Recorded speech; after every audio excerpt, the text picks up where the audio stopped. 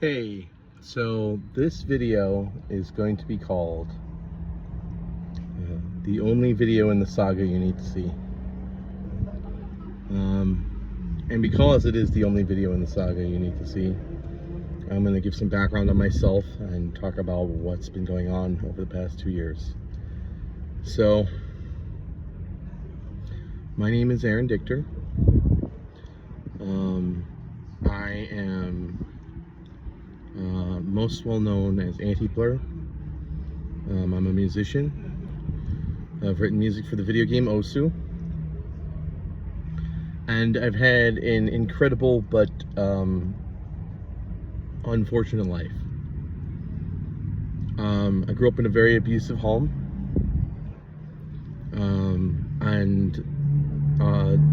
My family members' issues mostly focus around narcissism. That's what I'm most familiar with. I myself lucked out, or didn't luck out, depending on how you look at it, by not having this. And as a result of that factor and the fact that I'm autistic, I was designated a scapegoat. So I was horribly abused my whole childhood, emotionally, psychologically, to a degree that is pretty incredible, even in psychology circles. But I escaped that, and had a successful IT career, went on a lot of adventures in my life. I have some incredible stories. Those of you who know me personally know some of the crazy shit that's happened to me. My friends often say that I'm playing life on New Game Plus, or that I'm a main character. And one Osu fan referred to me as an in real life anime protagonist.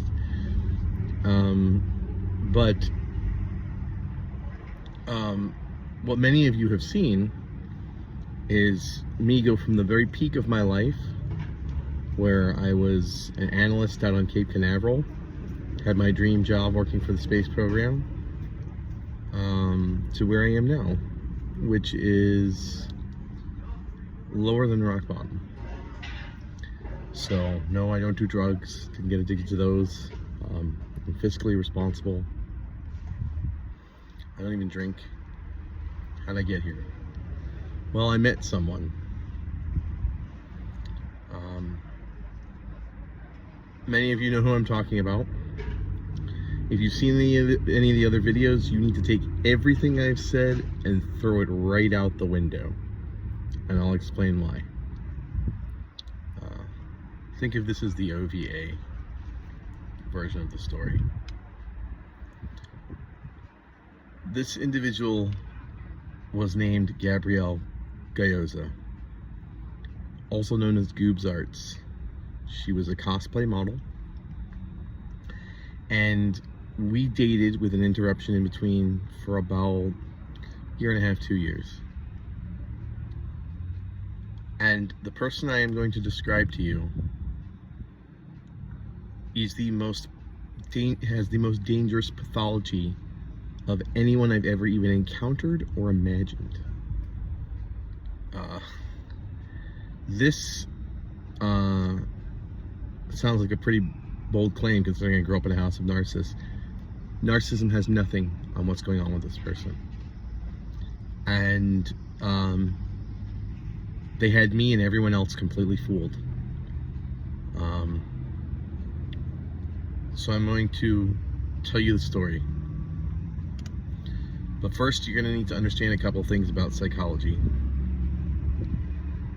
particularly with regards to emotion. There are 3 types of emotion, divided into 3 categories. There's affective emotion, and that's when you have your own feelings. There is cognitive emotion, which allows you to understand the feelings of others. And there is somatic emotion, which lets you sort of feel the emotions of others through understanding. You can think of somatic emotion as linking cognitive emotion and affective emotion, like a bridge. Now, what I'm going to describe to you sounds simple, but the implications are incredibly fascinating and horrifying at the same time. A psychopath does not have emotion. They don't have affective emotion, I believe is what it is. A sociopath, I believe, does not have cognitive emotion. But there's a third horribly dangerous pathology that appears to be completely functional unless examined close enough. It is what is called the dark empath. It's somebody without somatic emotion. They emotionally, personally they feel feelings like everybody else. They understand your feelings like a perfectly functional person, but they cannot link the two. They cannot feel what you feel. They can't understand the link between what you're feeling and what they feel. What does this mean from a practical standpoint?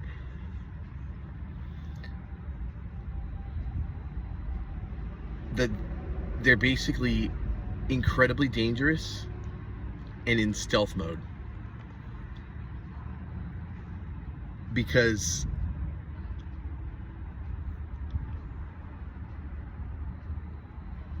they communicate for one reason and one reason only. And that is to control and manipulate. I'm not saying that they're manipulative. That's like you engage in no. Their only reason to interact with another human being is for the purpose of manipulation. Solely. They do not have friends. They do not have romantic partners, although they will trick people into thinking they're some of these things. It's simply an establishment of control. Beyond that, I can't tell you what other issues are going on with Gabby, but I can describe what her behavior is like.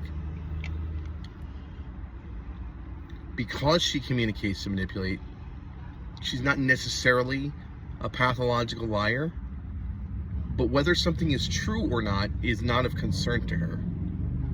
She can make up stories on the fly to elicit an emotional response from you. And she trains herself to do this over a period of time. I've told the story about the biggest bully that she had. I don't know if anything she's ever said actually happened in reality. And she's incredibly creative and brilliant. She can come up with these stories like she's recalling memories at that speed.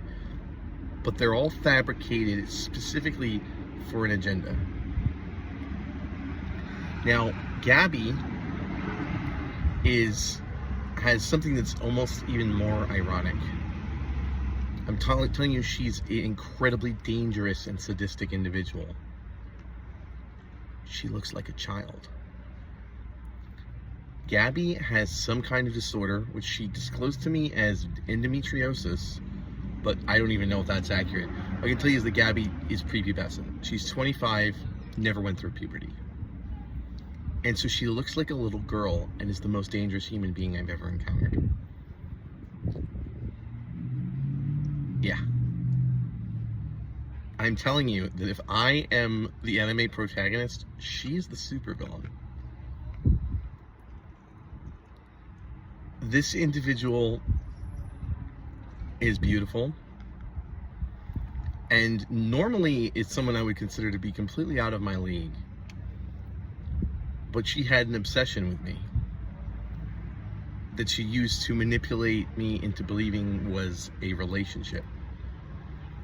And remember, they feel and they understand your feelings. It totally feels authentic with these people.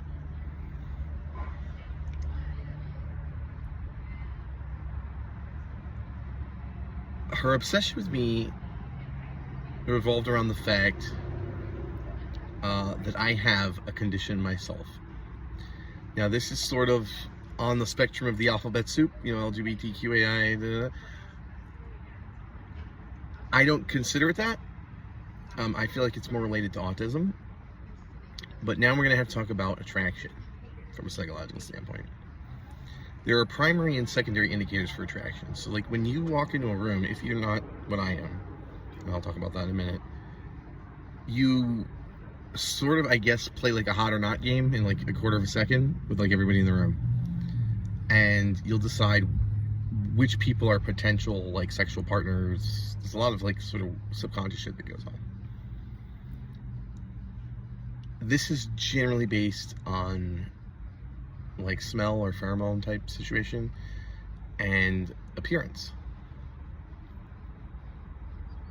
People who are demisexual, meaning half sexual, don't pick up on these. They can't see them, and I'm one of them. If I walk into a room, like, I don't like do that, and it's hard for me to like. It's not like I don't automatically, but I can't do it. So how do people like me get attracted to people? We have something called secondary attractiveness indicators. Now you have these too if you're neurotypical or whatever, or straight, cis, whatever you want to say. I don't want to say normal, but we'll say normal. And that's like after you get to know the person, you are attracted to them because they're talented or creative or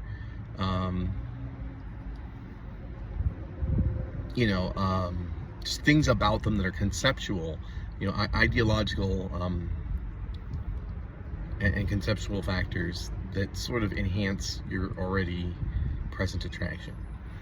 And I remember like thinking when I was much younger and much fatter, damn, I'm such a talented musician, how come nobody wants to date me? Yeah, like I didn't understand it. Like that's how alien that was to me, and I didn't realize this about myself till very recently. I just thought everybody worked that way, which is kind of stupid. But so Gabby needs primary attractiveness validation from everyone. As I said, she's incredibly beautiful and she knows it. And she wants to be told it. And she couldn't understand why I wasn't instantly wanting to sleep with her. And so there are a lot of very funny moments where she says something incredibly manipulative. And usually she preys on guys who are attracted to like younger women. Now, why was I attracted to her? So remember I said don't pick up on attractiveness indicators, but so anything that makes someone stand out is what makes me notice them. Other than that, Gabby was a cosplay model and she always had these extravagant costumes. So against the backdrop of normal dressed people, she had these incredibly extravagant dresses and she stood out. So like it's almost like when they say pick a card, any card, and they have a notch on one of the cards, it's sort of like what the situation was. Like, of course I'm gonna notice her and approach her. And so, but because she sort of preys on these type of men, she likes older men. She goes for people who are like into age play dynamics, which I was not. And so she would say things that were meant to initiate some kind of sexual encounter, and I'd be completely fucking clueless. I'll give you an example. Also, you will always be the first boyfriend she's ever had, or if you knew the previous one, you're the second. But I don't believe that for a minute. She's like obsessed with purity culture.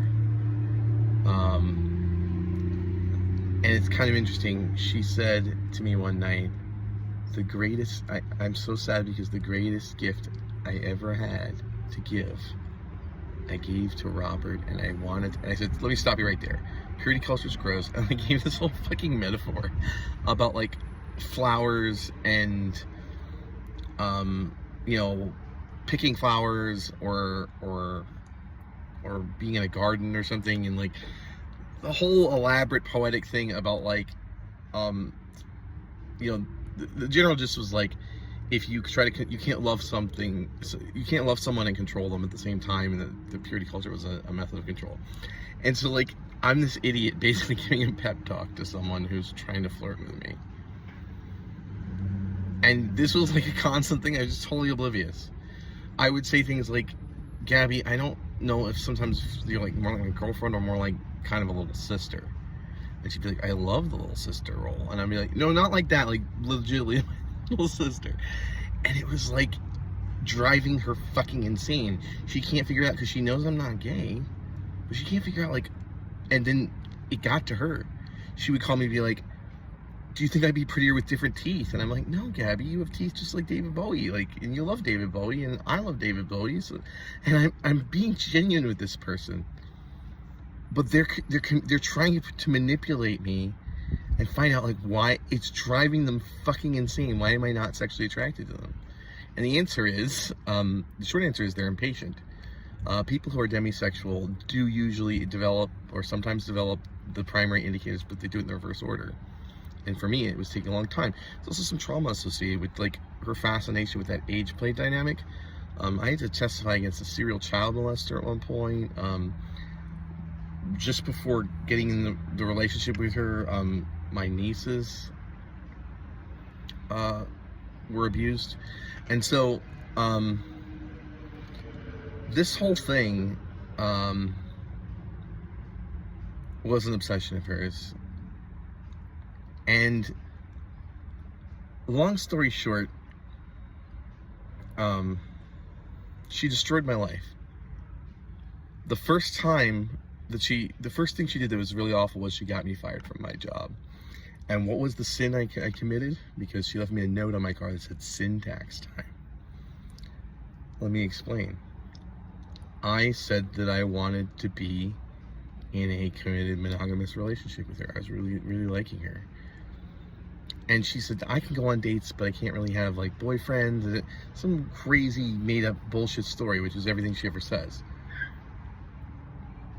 And I was like, okay, well, you know, I'm a lot older, and I'm looking for something a little more serious, so I'm going to spend time with other people. That was a no-no. She said, I thought you were different, but you're just like all the rest. And she promptly left this note on my car, sent her ex-boyfriend, who she got back together with right after that, to my house to, like, beat me up or something, and then called my job and got me fired. And I didn't know until much, much later. And because of that, I got back together with her, because I'm not knowing that she sabotaged my career, and I'm living in a car at the time, and it's all because of her, and she knows it. But she doesn't feel guilt, because you have to remember, she can see that I'm suffering, but she can't feel my suffering. She can't put herself in my shoes, but she understands what my shoes look like, and probably what they, like, feel like, but she can't feel them herself. And so without a blink of an eye, we, like, dated a year after that. And then at one point she, like, left in the middle of the night, answered an Instagram ad to go become, like, what was essentially like a BDSM slave in this harem for this photographer guy. And I have no idea. She just tells me she's got a gig out in Hollywood. She's making up all these stories to impress me, that, like, she's designing clothes for Chanel, that she's got a runway show coming up. It's all bullshit. It's literally a sex cult. And I'm believing her at face value, because why would I not, right? So then, basically, I'm like, hey, who is this man in the mask who you're always with? And he's, like, got a Kanye mental illness, like, obscuring his whole face. And she's like, oh, that man's name is Silent. I was like, Silent's not a name. What's his name? And she's like, I can't tell you. I signed an NDA. Also probably bullshit. I said, has anyone ever seen his face? No. Have you seen his face? Yes. Also probably bullshit. You have to remember, everything she says is to elicit an emotional response or get an action out of you. So none of this is probably true. Like, what she's saying about this guy. I'm like, I'm uncomfortable with that. I was like, is he your boyfriend? No, he's just my photographer. Well, the reality is she doesn't really have boyfriends.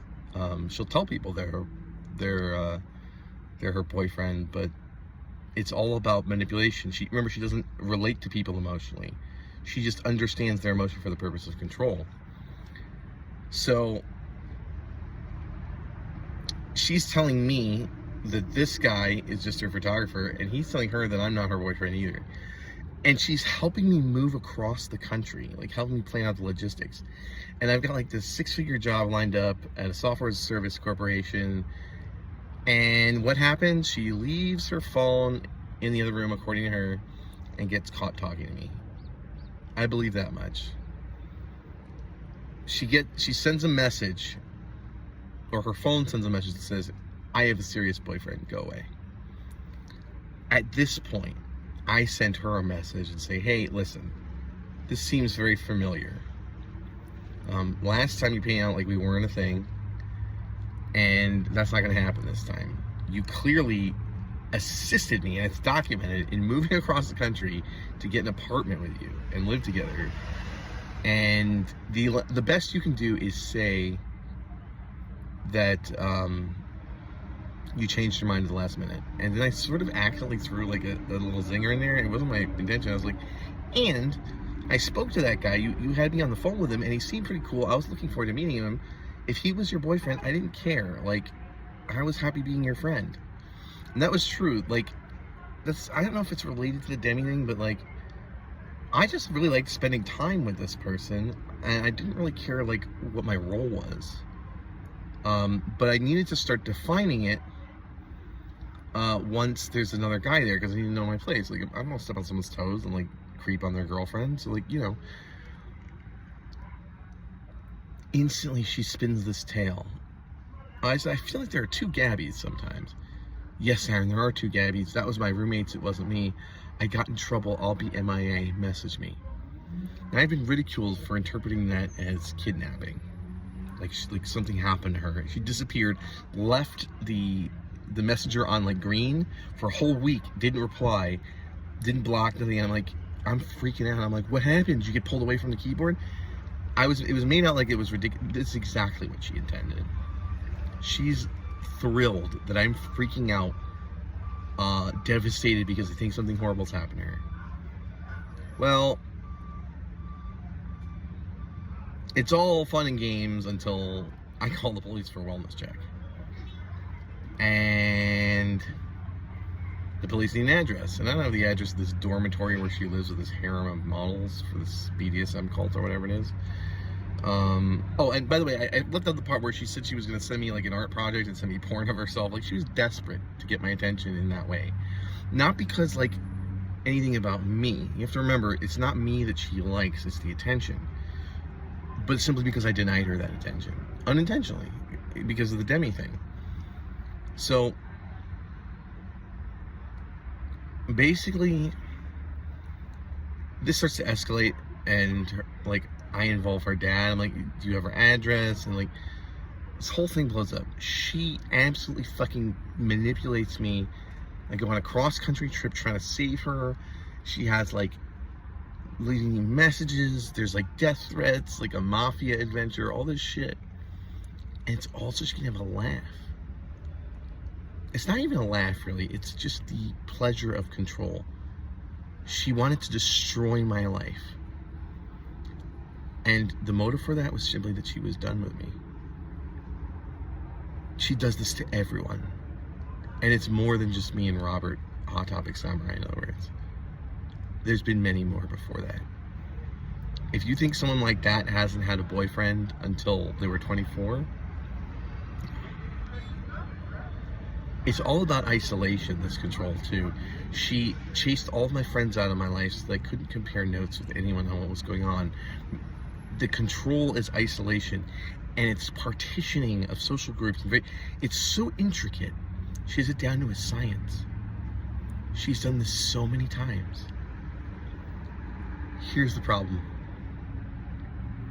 She's never done it to someone with 22 million fans who have played his level on a game 22 million times. And there's a big overlap with Osu and anime. And so I'm doing this as a public service announcement. If you meet a woman like this Gabrielle Gayoza, don't even interact with her. Even a friendship is dangerous. She is not your friend. She is not anything to you. She is communicating with you for a purpose. And that is the only reason. She cannot feel what you feel. There is a disconnect. And that is the most pathologically dangerous person I've ever met. She sabotaged at least 2 jobs, got me fired from them at this point. She ensures that anytime I apply to a place, she calls in, because I was telling her good news about where I was oh, I have this opportunity or whatever. I had a heart attack. I now have diabetes. She destroyed not only my life and my career, but my health. And convinced everyone I was delusional through gaslighting. And so, that is the most dangerous person I've ever met. Hands down. Makes my narcissistic family look like the fucking Care Bears. And it's fascinating. Because she's an in real life supervillain, as far as I'm concerned. And my mind is blown. I plan to seek remedy for all of this, by the way. And this is being recorded well in advance because I can't post it till I initiate that process of seeking remedy. Incredible. She had me fooled. She had everyone fooled. At one point, I took her narrative to the FBI and I managed to secure 4 different meetings with FBI agents over this. They believed it too. She is incredibly intelligent in a very dangerous way.